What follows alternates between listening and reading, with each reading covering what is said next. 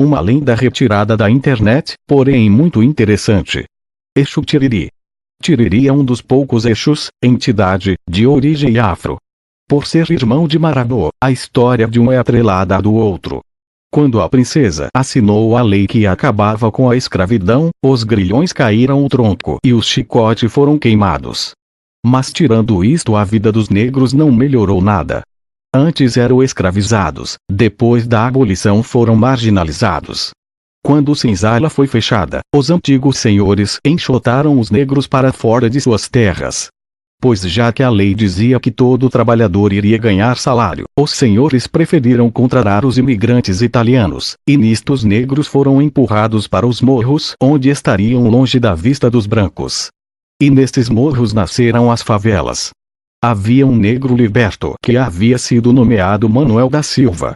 Mesmo sendo Liberto da Silva, que era nome sinônimo de ser escravo, não foi removido e ele a contragosto teve de continuar assim. Manuel fora juntado a uma outra escrava, e com ela teve 2 filhos. Mas ela não viveu para ver a liberdade, então Manuel criou os 2 meninos.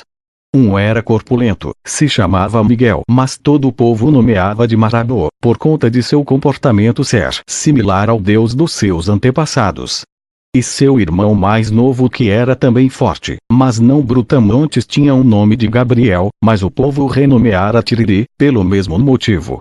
Marabô e Tiriri gostavam mais de serem chamados assim, do que terem que responder pelos nomes de anjos, que o padre da cidade havia imposto a eles. Eles, quando eram forçados a ir à igreja, viam as imagens de anjos loirinhos, brancos como leite e de olhos azuis. E não se reconheciam em nada. Mas quando no escuro da noite, antes de dormir, a velha avó negra cochichava para eles as lendas do orixá Exu, eles se regozijavam por verem naquele deus muito mais de si, que em todos os anjos do céu. Quando cresceram, a sociedade esperava 2 coisas deles: ou que fossem sapateiros como o pai, ou que arrumassem algum ofício condizente com a cor de pele que tinham. Nenhum dos 2 quis ser como o pai, e se ajoelhar a vida toda calçando os pés dos brancos malditos, e não viam a menor perspectiva em arrumar um trabalho como lavrador ou como pedreiro. Eles queriam mais da vida. Foi então que, quando ainda eram adolescentes, os 2 arrumaram emprego como leão de chácara em um grande cabaré. A dona era Maria Quitéria, e mesmo sendo branca os tratava muito bem, e eles sabiam que era porque ela era tão marginalizada quanto eles.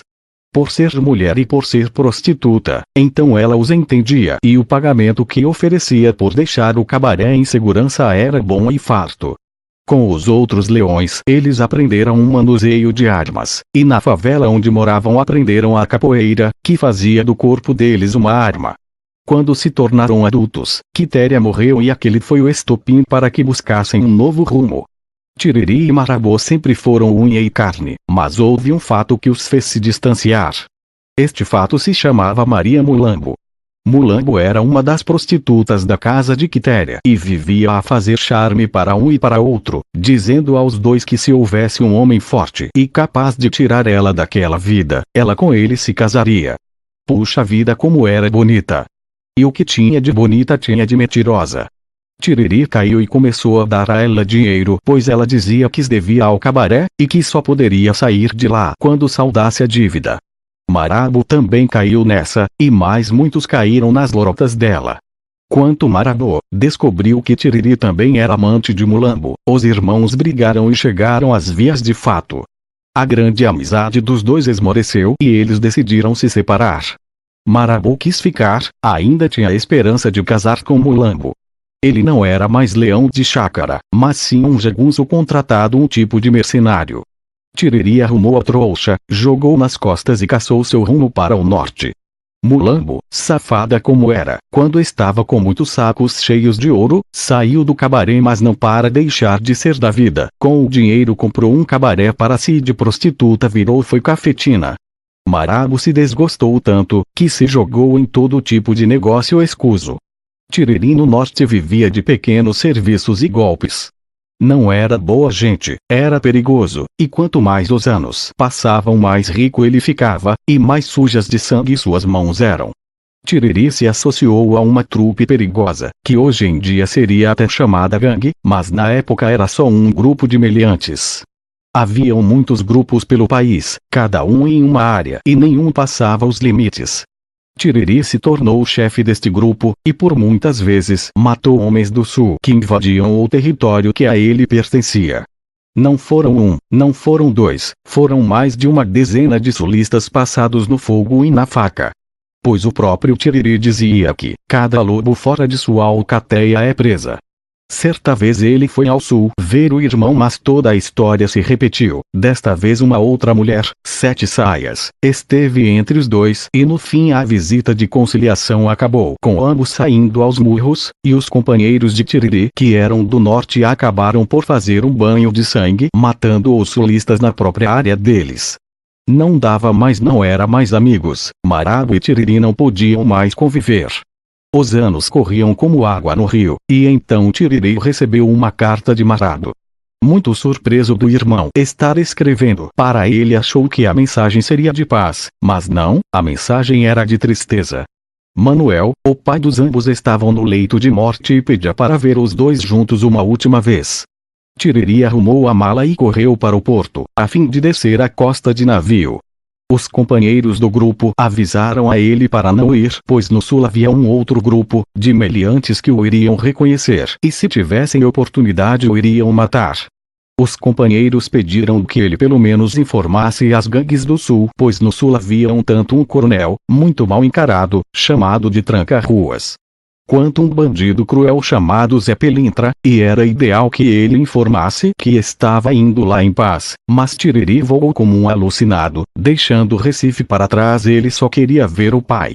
Quando aportou em Santos, todos os malandros o fitaram e os informantes do coronel também não deixaram de notar.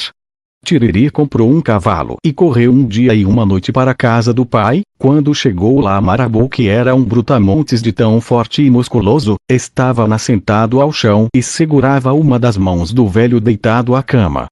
Tiriri, sem dizer nada, apenas se sentou no chão do outro lado e tomou a outra mão do pai.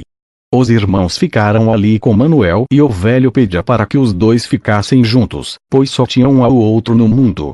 Pedia que se casassem, que formassem família e que vivessem em paz. Os três ficaram juntos e imóveis até que algumas horas depois, a vida abandonou o velho homem.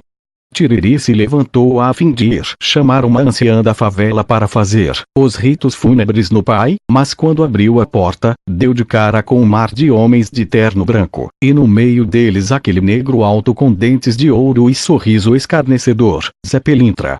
Tiriri falou que estava ali só pelo pai e que não queria confusão, mas Zé lembrou que na última visita que Tiriri fez o sangue de muitos sulistas correu na rua, o inferno reuniu no sul pelas mãos dos meliantes do norte. Tiriri tentou argumentar quando, ali no batente da porta da casa da pai, o primeiro tiro foi disparado, seguido por tantos que nem dava para contar quantos. O corpo de Tiriri apenas estremecia enquanto as balas atravessavam a carne. Quando Marabo correu de dentro da casa para ajudar o irmão, já era tarde. Tiriri caiu morto. Marabo, quando saia do sério, agia como louco, e perder o pai e o irmão no mesmo dia o deixou totalmente fora de si. Ele passou a mão na faca que trazia na cintura e se jogou no meio do exército de malandros de Zé Pelintra. Zé tentou intervir, dizendo aos malandros para não ferirem Marabo, pois ele não era inimigo, mas Marabo começou a derrubar um a um, cortando as gargantas dos homens de terno branco. Então Zé Pelintra não teve como conter as pistolas deles e uma saraivada de tiros foi lançada sobre Marabo. Mas Marabo não caiu. O povo atirava, mas ele continuava, e, quando mais da metade dos malandros já havia sido passado na faca, Zé Pelintra entendeu o que acontecia. Marabo tinha o corpo fechado. Isso era feitiçaria africana antiga, dada aos filhos de Ogum e feita pelas velhas mães de santo que tinham o sangue antigo nas veias. Nenhuma bala ou lâmina comum mataria um homem de corpo fechado. Então Zé, que era entendido, correu a pegar uma lâmina benzida nas mesmas 7 ervas que eram usadas para fechar o corpo, e com a lâmina na mão ele caiu sobre Marabo, cravando o ferro no peito do gigante. Marabo finalmente caiu. A confusão acabou ali. Zé Pelintra se foi, levando consigo os corpos dos mortos de sua trupe, e o povo da favela foi chamar Maria Mulambo para contar do ocorrido. Maria Mulambo era quem realmente mandava ali. Quando Mulambo chegou, o tranca-ruas já estava lá. Ele, como homem da lei, iria jogar o corpo dos três em uma vala comum e enterrar como indigentes, mas Mulambo convenceu a deixar ela tomar conta disso. Ela deu um lugar de descanso para os corpos de Manuel, Marabo e Tiriri, pagou para que fossem valados com dignidade. O corpo dos três foi enterrado no alto do morro, onde ninguém os perturbaria. Os dois irmãos valentes até hoje existem, mas agora são espíritos. Porém, mesmo mortos, ainda são cheios de valentia. Saravá Tiriri. Salve Marabô. Salve os guardiões. Esta é uma lenda tirada da net, sem fonte verídica. Gostou? Deixa o like e se inscreva no canal para mais lendas.